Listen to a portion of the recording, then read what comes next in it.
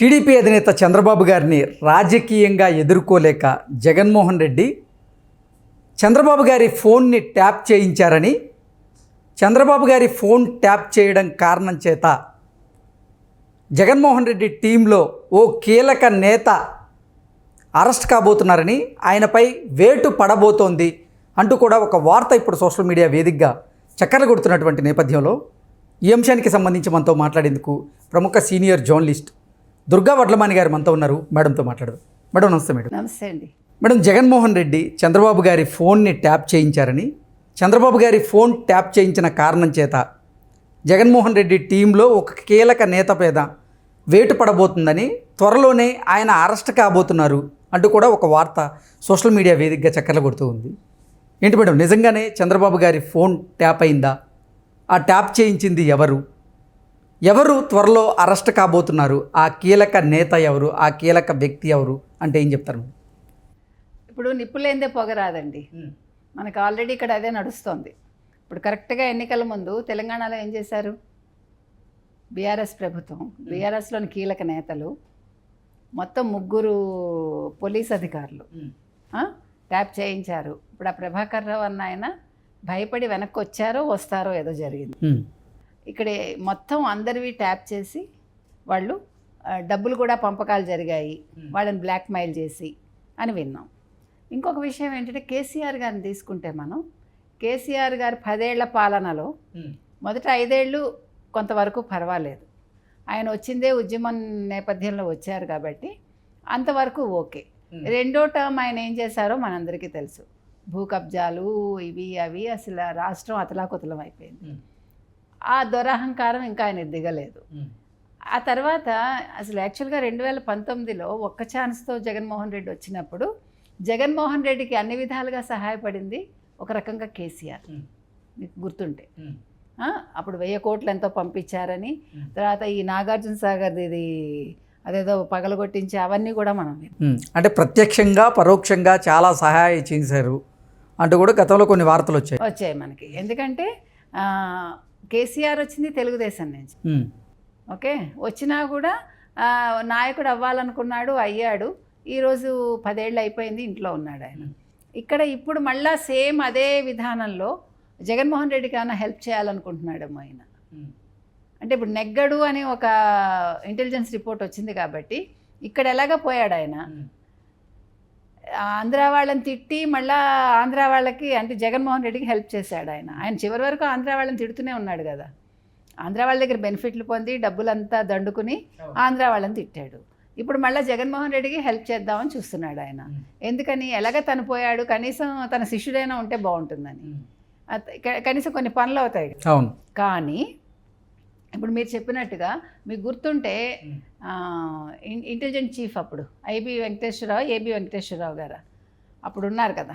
అంటే చంద్రబాబు గారి హయాంలో చేసిన ఆయన మీద ఇట్లాగే ఇజ్రాయెల్ నుంచి తీసుకొచ్చాడు ఆయన, ఎక్విప్మెంట్స్ ఇజ్రాయెల్ నుంచి వచ్చింది అని చెప్పి ఆయన మీద చాలా అంటే ఇలా నిందలు మోపబడితే ఆయన గట్టిగా నిలబడి, ఆయనకి అపాయింట్మెంట్ ఇవ్వకపోయినా కూడా కూర్చుని వెయిట్ చేసి ఆయన తన మీద ఎటువంటి తప్పు లేదని ప్రూవ్ చేసుకున్నాడు ఆయన, ఏబి వెంకటేశ్వరరావు గారు. కానీ ఇక్కడ పరిస్థితి అలా లేదు. ఎందుకంటే చంద్రబాబు నాయుడుకి ఇట్లాంటివి అవసరం లేదు ఆయనకి. ఇప్పుడు ఆయన ఏదున్నా కూడా నేరుగా నిజాయితీగా మాట్లాడతాడు, చేస్తాడు. ఆయన ఏదైనా ఉంటే మంచి చేశారు తప్ప చెడు ఎవరికి చేయలే. బట్ జగన్మోహన్ రెడ్డి గారు తీసుకుంటే సామదాన భేద దండోపాయాలు అన్నీ వాడతాడు ఆయన. ఫస్ట్ మామూలుగా ఉన్నట్టుంటాడు, మనం చూస్తే అబ్బా ఎంత అమాయకంగా ఉన్నాడు అనుకుంటారు. కానీ ఆ అమాయకత్వం వెనకాల ఉండే ఆ క్రూకెడ్నెస్ అనేది ఉంటుంది చూడండి, అది ఎంత దూరం అయినా తీసుకెళ్తుంది ఒక మనిషిని. ఇప్పుడు ఆయన ఓడిపోతానని ఒక భయం వచ్చింది ఆయనకి. ఆ భయంలో what to do, what next అనే దానికి ఇది ఒక తార్కాణం అనమాట. అంటే ఎలాగా గెలవాలి, ఏం చేయాలి, దానికి మనం ఎటువంటి మార్గాల్లో వెళ్ళాలి అనుకుంటే అప్పుడు ఈ ఫోన్ ట్యాపింగ్. అప్పుడు కూడా కేసీఆర్ గారు దాంట్లో వాళ్ళు ఫోన్ ట్యాప్ చేసి వాళ్ళ ఏ రకంగా వాళ్ళ వ్యూహాలు ఉన్నాయి. రేవంత్ రెడ్డి ఇంటి దగ్గరే పెట్టించాడంటే చూడండి, అంటే ఎంత భయపడి ఉంటాడు ఆయన రేవంత్ రెడ్డికి. పైకి బింకాలు బీరాలు పలికినా కూడా బింకంగా ఉండి, బట్ మనసులో ఎంత భయపడ్డాడు ఆయన. సేమ్ అదే సిచ్యువేషన్ ఈరోజు ఇక్కడ వచ్చింది. అందుకని ఇప్పుడు చంద్రబాబు నాయుడు గారిది, లోకేష్ గారిది, వాళ్ళ ఫ్యామిలీది ఇంతకంటే దరిద్రం ఇంకోటి ఉందండి అసలు. సేమ్ ఇజ్రాయెల్ టెక్నాలజీని ఉపయోగించి ఆంధ్రప్రదేశ్ ప్రభుత్వంలో కీలకంగా వ్యవహరించేటువంటి ఒక అధికారి చంద్రబాబు గారి ఫోన్ ట్యాప్ చేయించారని, అలాగే చంద్రబాబు గారితో పాటుగా వారి కుటుంబ సభ్యుల ఫోన్లు కూడా ట్యాప్ చేయించారు అంటూ కూడా కొన్ని వార్తలు వస్తూ ఉన్నాయి. ఎవరు మేడం ఆ కీలక వ్యక్తి? ఇంకెవరండి, సజ్జల గారు అవ్వాలి. నెంబర్ 1 ఆయన, నెంబర్ 2 విజయసాయిరెడ్డి మనకు తెలిసి. అంటే వాళ్ళిద్దరే కదా మెయిన్. ఇదివరకు అంటే ఇంటెలిజెన్స్ చీఫ్ గారి పేరు కూడా వినపడుతోంది. చీఫ్ సీతారామాంజనేయులు గారు. అంటే సీతారామాంజనేయులు గారికి అంత ధైర్యం ఉందో లేదో మనకు తెలియదు. అంటే మనకి తెలియదు అంటున్నా. మీ అభిప్రాయం? నా అభిప్రాయం. ఎందుకంటే ఇప్పుడు ఒక వ్యక్తి తప్పు చేశాక మీరు గమనిస్తే కనుకైతే రాజశేఖర రెడ్డి హయాంలో పనిచేసిన ఐఏఎస్లు వాళ్ళందరూ కూడా తర్వాత జైలు పాలయ్యారు. ఇక్కడ ఒక మాట మనం ఏం గుర్తుపెట్టుకోవాలంటే, రాజకీయ పదవులు శాశ్వతం కాదండి. వీళ్ళు ఉంటారు, పోతారు, తప్పు చేసి జైలుకి వెళ్తారు, లేకపోతే ఇంట్లో ఉంటారు, తిమ్మిని బెమ్మిని చేసుకుంటారు. బట్ బ్యూరోక్రాట్స్కి అది కుదరదు. నువ్వు నీ ఉద్యోగ ధర్మాన్ని నువ్వు సక్రమంగా నిర్వర్తించుకోవాలి, అవునా కాదా? లేదంటే నువ్వు జైలుకి వెళ్తావు. అప్పుడు నువ్వేమవుతావు? నా ఘర్కా నా ఘాట్కా. అంటే అక్కడ పదవి ఉండదు, నీ ఉద్యోగము ఉండదు. నువ్వు బ్యూరోక్రాట్స్ మెంటాలిటీ ఎట్లా ఉంటుంది? వాడు చదువుకున్న వ్యక్తి అతను. సో వాళ్ళు ఇవి తట్టుకోలేరు ఇలాంటివి. సంఘంలో మనకి అపప్రద వచ్చింది అనుకోండి, ఒక బ్యూరోక్రాట్ తట్టుకోలేరు. రాజకీయ నాయకుడికి అవి నిత్యం ఉండేవే. మనం నిజంగా మనం చేదరించుకున్నా కూడా మళ్ళీ మన దగ్గరికి వచ్చి ఓటు అడుగుతాడు ఇంటికి వచ్చి, అవునా కాదా? But these people they can't do. But why? వీళ్ళందరూ ఎందుకు ఈ ట్రాప్లో పడుతున్నారు? రాజకీయ నాయకుల ట్రాప్లో వీళ్ళు పడి వీళ్ళ జీవితాలు నాశనం చేసుకుంటున్నారండి. వీళ్ళది ఆలోచించాలి.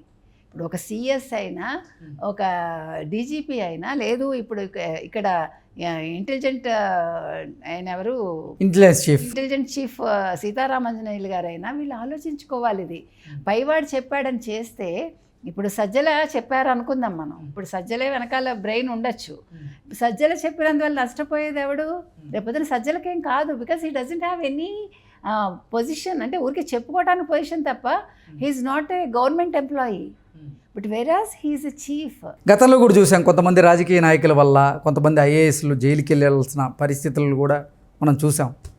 సో అదే పరిస్థితి రాకుండా ఉండాలంటే వాళ్ళ విధులు ఏదైతే ఉంటాయో ఆ విధిని సక్రమంగా నిర్వర్తించాల్సిన అవసరం ఉందంటారా?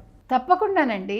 ఇప్పుడు వాళ్ళు ఒక్కటి మర్చిపోకూడదు, నేను రాష్ట్రానికి ఐఏఎస్ ఆఫీసర్ని, వాళ్ళు కేంద్రం నుంచి వచ్చిన సర్వీసులు వాళ్ళు కూడా ఉంటారు, ఇది యూపీఎస్సీ నుంచి వస్తారు వీళ్ళందరూ.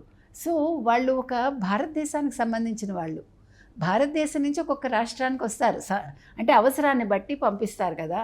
పంపించినప్పుడు వాళ్ళు ప్రజలకి రిప్రజెంటేటివ్స్. ఇప్పుడు రాజకీయ నాయకులు వేరు, వాళ్ళ ఉద్యోగం కాదు అది.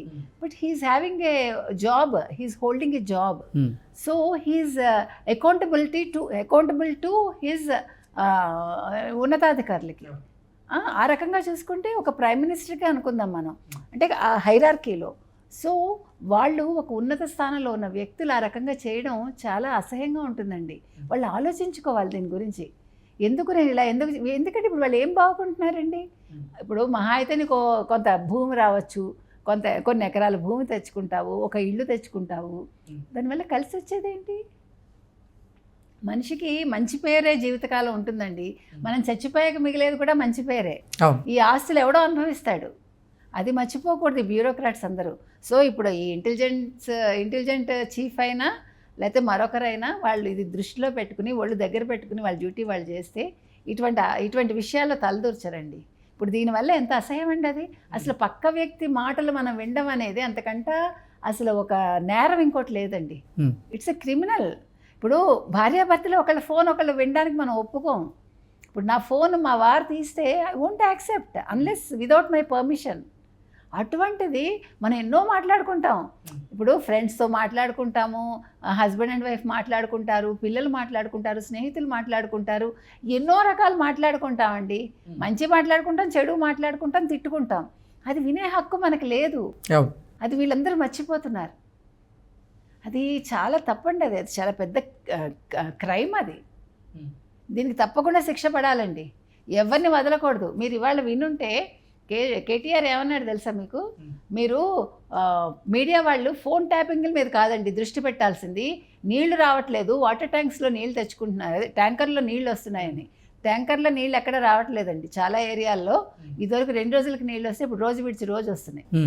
కాబట్టి ఫోన్ ట్యాపింగ్ అనేది క్రైము, దాని మీద దృష్టి పెట్టద్దని చెప్పడానికి కేటీఆర్కి ఎటువంటి హక్కు లేదండి. ఒక సాధారణ పౌరురాలుగా నేను అడిగేది, ఇక్కడైనా న్యాయం జరగాలి. ఇక్కడ ఎవరి ఫోన్లో అయితే ట్యాప్ చేశారో ఆ ట్యాప్ చేసిన వ్యక్తుల్ని ఇక్కడ కూడా శిక్షించాలి. అదేవిధంగా అక్కడ ఎవరైతే పట్టుబడ్డారో వాళ్ళని తీవ్రంగా శిక్షించాలండి ఆంధ్రప్రదేశ్లో కూడా.